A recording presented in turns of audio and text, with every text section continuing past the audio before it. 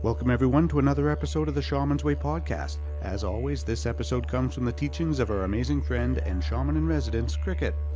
We hope you're enjoying these podcasts as much as we enjoy making them, and I'd like to take just a moment to ask you if you would please leave us a rating and a comment in iTunes or whichever podcast player you're listening to us from. Giving us a rating and sharing this podcast with others is the biggest way you can tell us that you like our show. Now, without further ado, on with the episode.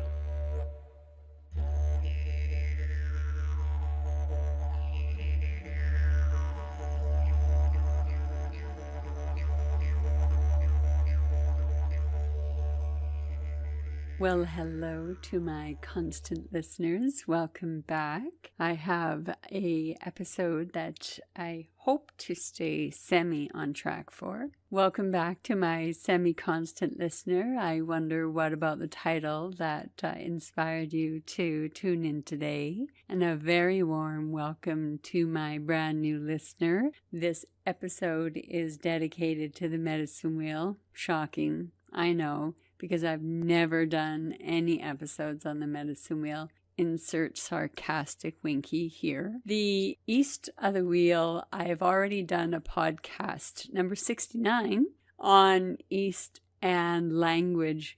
In that podcast, dedicated to language, East and associated with the element of air. The element of East, as I have talked about before, was the first place that I began when I began my shamanic journeys. I was introduced to my very first spirit kin, my power animal, the deer, and worked with the deer for a few years. And then my journey shifted to the south of the wheel, and gradually over time, my first companion in the spirit world stopped coming just slowly and gradually, then moved on to the spirit of South and to fire and to the adventures with Lion. East is air. Air is the element that moves us, that is essential, obviously, to life on earth and life within the body. East direction. Element air, the color, yellow, apricot, gold, and bronze. Those are the colors I like. Birds, because I am particular to the hawk, even though many people like the eagle of various sorts, among other birds. The stone that I use for the East is Apophyllite. I love Apophyllite. It is an aid to meditation. When I met mine, I journeyed to it. I encountered two spirits within Apophyllite. Their names were Silver and Ophelia. Ophelia was the energy of the shadowy or the crystalline Apophyllite, and Silver was the shine or the gleam that is on top of the stone itself. I had never encountered a spirit with names. I don't usually seek out names. I don't usually ask spirits, what's your name? So that was a very interesting experience for me with Apophyllite. It also stimulates the third eye, which I found it acts primarily with the crown chakra, facilitating that tuning in, so that consciousness and intention. It is a wonderful gazing stone. I think it facilitates, the clairs. So this would be your clairvoyance or your spiritual seeing. I know on some medicine wheels, the plant for East is sweetgrass. Frankincense and sweetgrass were two of the first elements of smudge that I started and I used on my journey when I began this journey so long ago. The spirit keeper is Waboon. There is imagination, there is inner spiritual renewal. Even though it is a time of birth, well, what am I birthing to in the East if I've gone through and over the wheel 50 some odd times? So here becomes that place of imagination, that inner spiritual renewal. We're seeking that higher level of compassion, emotions, and goals. All things start in the East, place of new beginnings. Spring is the season of the East, time of the year that is for many of us an energetic and happy time. Growing up on a farm, it meant calves, piglets, more kittens, puppies. I have many fond memories of watching calves play and not so fond memories of being chased by Mama Cow when I got too close to her calf. For centuries, our ancestors rose with the sun and prepared offerings such as songs, drums, smudges, and prayers as ways used to welcome the sun back to the land. It takes time for us to forget science and remember that the sun is a large spirit that has dwelled in the sky long before any humans were here. Some traditions refer to the sun as a god, the Inti, the sun god, the ancestor of the Inca. Liza is the sun god and the ancestor to the Fawn people of West Africa. Shamash, the Sumerian god of the sun. Amaterasu is a sun goddess and ancestor to the Japanese. Masculine or feminine, the sun is a powerful deity rising in the east. A powerful deity commands the air, the very essence and connection between us and the divine. Air links the earth and heavens, giving us the ability to walk between the spiritual and the physical realms. This, too, being a paradox for the shaman, for as east is air, and air is that which separates the worlds and the heavens, for the shaman there is no separation between her and spirit. Through the gifts of journeys and dreams and visions, we are helped to understand how to form a relationship with the spirit of air, the spirit of east. It's an active and a creative element. In nature, air can blow gentle winds during a freezing rainstorm, creating such beauty in the shapes of the icicles hanging from the trees. It is symbolic of thought. As air currents change and move, so do our thoughts. As air is the element between the heavens and the earth, it represents the higher wisdom and the clarity of the spiritual beings. It is that which the smoke rises upon. The Heoka, the opposite, for it is the one spirit that is said smoke, which defies the odds of gravity and rises up to take our prayers to sense or to the ancestors, to the beings, to accept them in the form of smudge. Just a little sidekick there. Working with the East, it does strengthen our communication, although it is a place of illumination. Again, each time you come around the medicine wheel, you're deepening your perception of the spirit world that surrounds you. You're beginning to, learn the direction and to sharpen your awareness. This is a place of East reminds us to concentrate. And even though we have that illumination, we are in the light of spirit. And for some people, it is a time of absolute honesty, illumination to our true selves, facing in the East, being in the place of the air. Working with the East, we learn to work with our perceptions of the entire worlds around us. We begin to understand that in the beginning all things were connected, and we begin to perceive the interconnectedness of all things. Caught in a spider's web is a fly. How is that fly connected to you? The fly is on the web, which is connected to the branch, and the branch to the tree, and the tree to the earth, and the leaves to the air, and the earth to your feet, and the air to your lungs. It is the spirit of East who inspires me to create opportunities for others to awaken to their relationship with spirit. And Air East appears to live in the details by teaching me specific details for building a medicine wheel long before I even knew what that was, let alone how spiritually significant it would be as I grew on my path of spirit. Breathing deeply into our bodies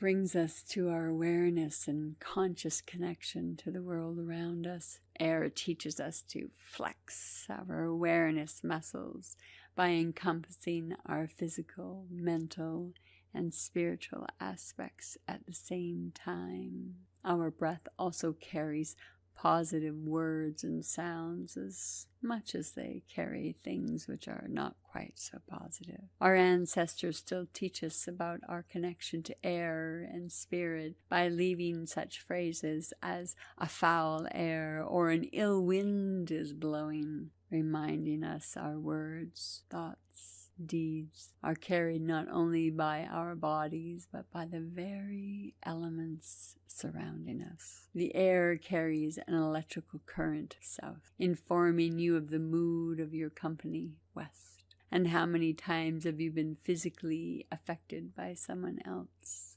north? Our connection to the elements is not just ethereal, it is physical as well. Air can bring gentleness, such as a cool breeze on a hot summer's day, to destructive in the forms of tornadoes, hurricanes, typhoons, the polarity and a force from a gentle to the severe. Our lessons in the East, we can't forget that there is a polarity there too. My very first journey was lovely and wonderful, and at times over the years I have cynically mused it was such because otherwise I may not have come back. Now I have a great relationship with my spirits.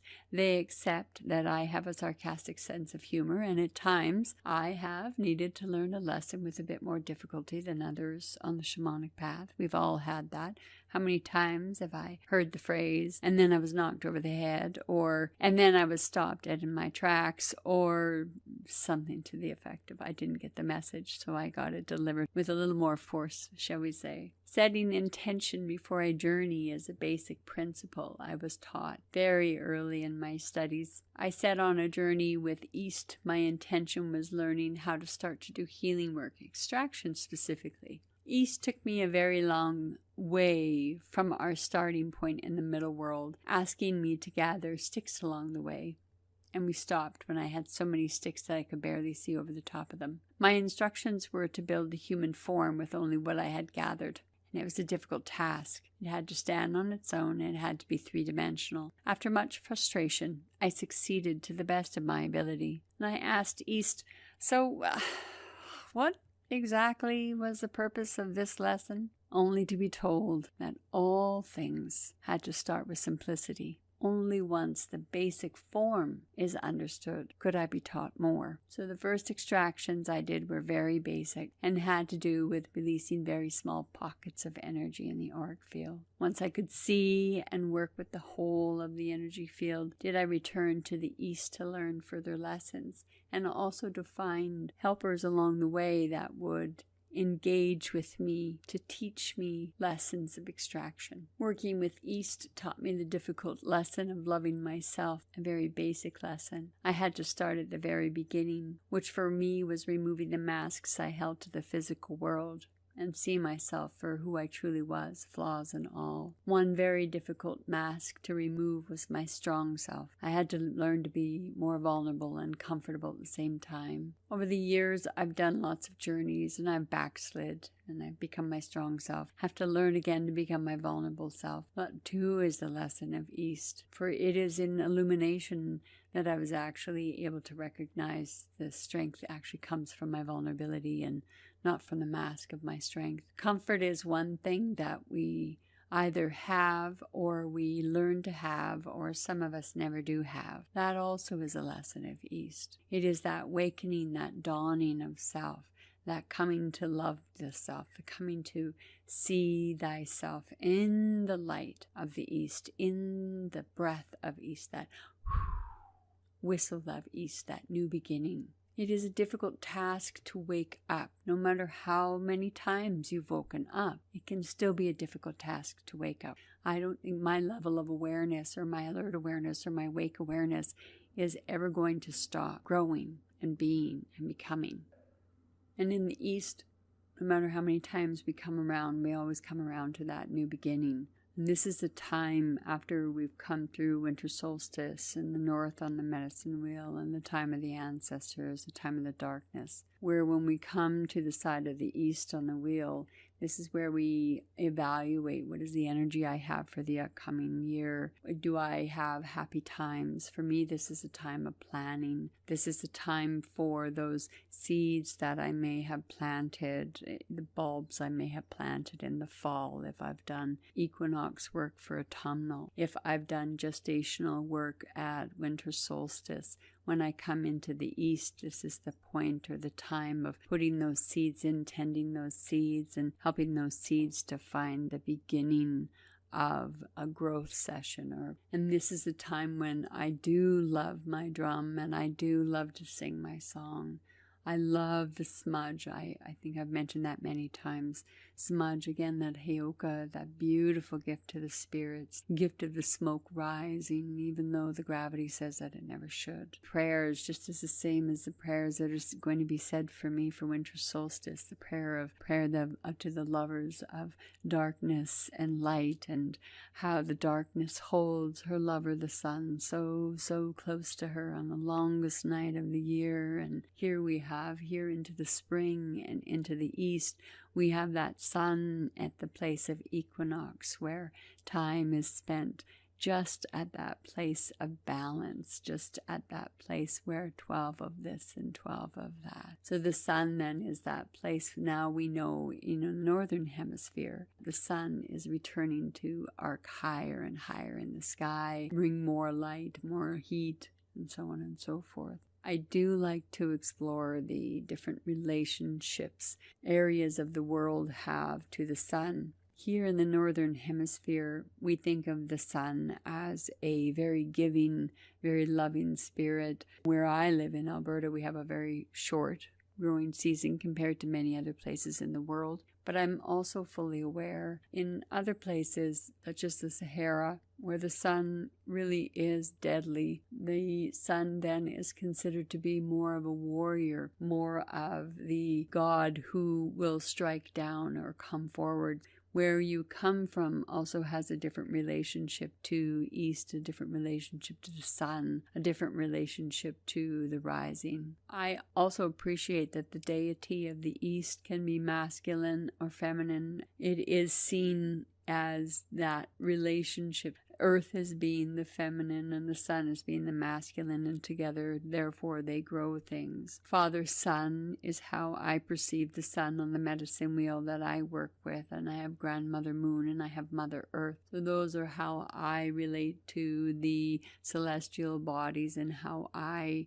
relate to them with that masculine, that feminine form. Whoever it is that you have given the name of the sun to, who you think of as the sun, the power within that, the connection between us and that air, I think that's really one of the, when I came to that understanding, and each of us comes to our own understandings, but when I came to the understanding, air really is that link between the earth and the heavens. It really is that place, that in-between place, that betwixt and that between. We talked about the betwixt and the between before. So this is that place of the in-between. So even though it is a separator, it separates, but it also joins. It joins by bringing the beings or bringing the messages along. The wind horses, for me, this has to do with air. Wind, for me, I have referred to for many years as the wind horses. I've talked about the wind horses in other podcasts. I know my constant listeners will know that. And the wind horses speak another language for me. They speak the language of the wind. They often broadcast to me what the coming weather is, how many hours it is to rain, or how many hours until the sun comes up. The wind horses are very open and with me in this area. But I've also been to other countries. I've traveled on the oceans and not been able to fully understand the language of the winds where I am. The same as I don't have the ability to understand the language of the ocean, but I do have the ability to understand the language of some of the rivers and some of the creeks and some of the brooks that I've grown up with. The reason I speak about that is because I speak of our awakening in the East and our ability in the East to decipher a language and to decipher communication, to recognize the ability to communicate is not always in that English form. Language is not always the language with what we would term as inanimate. That language isn't formed in our mouth with the words that you're listening to. Language with the elements or language with the directions is those languages of prayer that are not always spoken in something that is understood to the human ear, or understood to the perceiver, understood by the human mind. And that is the joy, communication with glossolalia, with speaking in tongues, with yoiking, that part of the East, that part of the celebration, another aspect of prayer coming into it. Journeys and the gifts of dreams and visions, although they're also in the West, they're also of dominion of East. They're also the dominion of the waking. There are those in tribes who are gifted with the dreams, and they're gifted with being the dreamer for the tribe or the dreamer for the village, bringing through their information and knowledge by their spiritual connection. Air, as we know, is that active and a very creative element. The relationship between air in the tarot, in traditional tarot, being the swords, one who is in the mind, one who has the ability to think.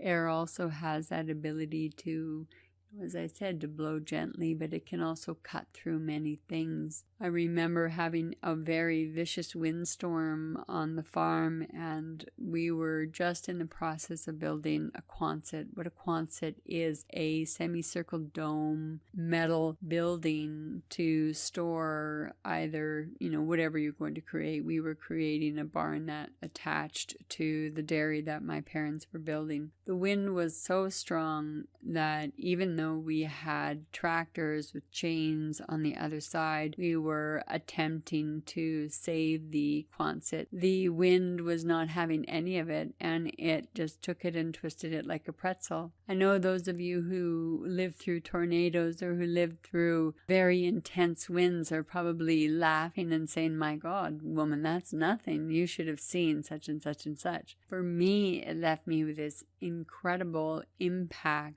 of how powerful the wind is. The wind is, for me, in East, I can have a challenge breathing when the East is coming, when the wind is blowing in my face.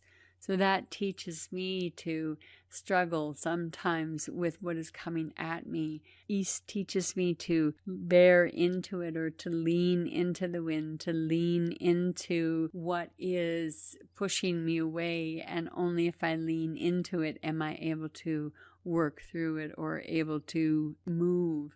But if I surrender myself and lift my back up, then the wind controls me. So in order to move with it, I have to bend and work with my own body to work through it. The relationship between struggle and between East and air is not lost upon me. The ability of air to create disasters, to play with the leaves in the trees, to create the gentle blowing of the grasses, the harvest, the wheat and the barley and the rye. Farmland that I grow up on is a beautiful sight in the fall time, but if it wasn't for the spirit of the East, it wasn't for the spirit of movement, I also wouldn't have the ability to see that or to appreciate that. The Buddhas and the Bodhisattvas, one of the reasons why they really inform my relationship to the East, even though they have nothing to do with the medicine wheel I study or the Finnish shamanism that, is my bloodline.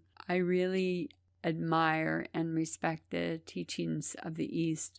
I admire and respect the teachings of the Buddha, and I love the story, the part of the story of the Bodhisattvas is beings who have the ability to transcend, or the ability to be enlightened and move through this plane, but choose not to, but choose to be human beings on this earth, carrying through and helping the humans through their own wisdom and their own guidance. So I look to the Buddhas and the Bodhisattvas to remind me how to be a compassionate being. Goddess Kuan Yin, for teaching me the ever-loving compassion, to teach me to be in that place of understanding. The archetype I have on my medicine wheel for East is teacher, always looking for new ideas, always looking for new ways to communicate, always looking for new ways to share or to express,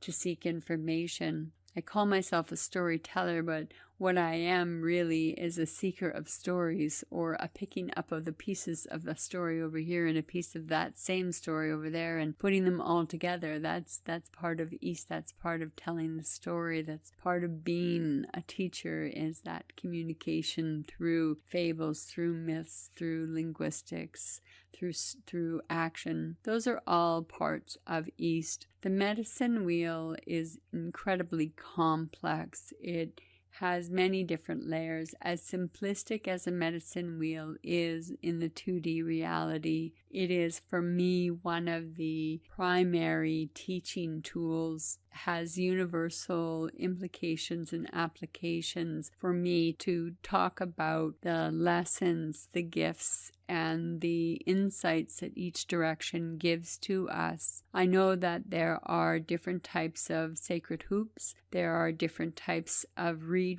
circles, there are different types of medicine wheels, there are different ways of communicating the information and knowledge of the interconnectedness of all things. For me, the inclusion in the medicine wheel of the 3 worlds of the shaman, the lower, the middle, the upper, reminding us that the medicine wheel is not a 2D flat piece of knowledge, but rather that it is the tetrahedron, it is the flower of life, it is the geometrical shape that encompasses all things. It is that. When we break it down into the individual components, into the individual directions, into the individual lessons, we give ourselves the opportunity to bring in our own mind and teachings from others and understandings for others, to put them together, to take the opportunity to spin them in our hand and to view them as a multifaceted observation of a simple, single direction, a simple, single element, a simple, single fill in the blank. And even though I say those words, you might think that I have tongue-in-cheek, but I don't have tongue-in-cheek.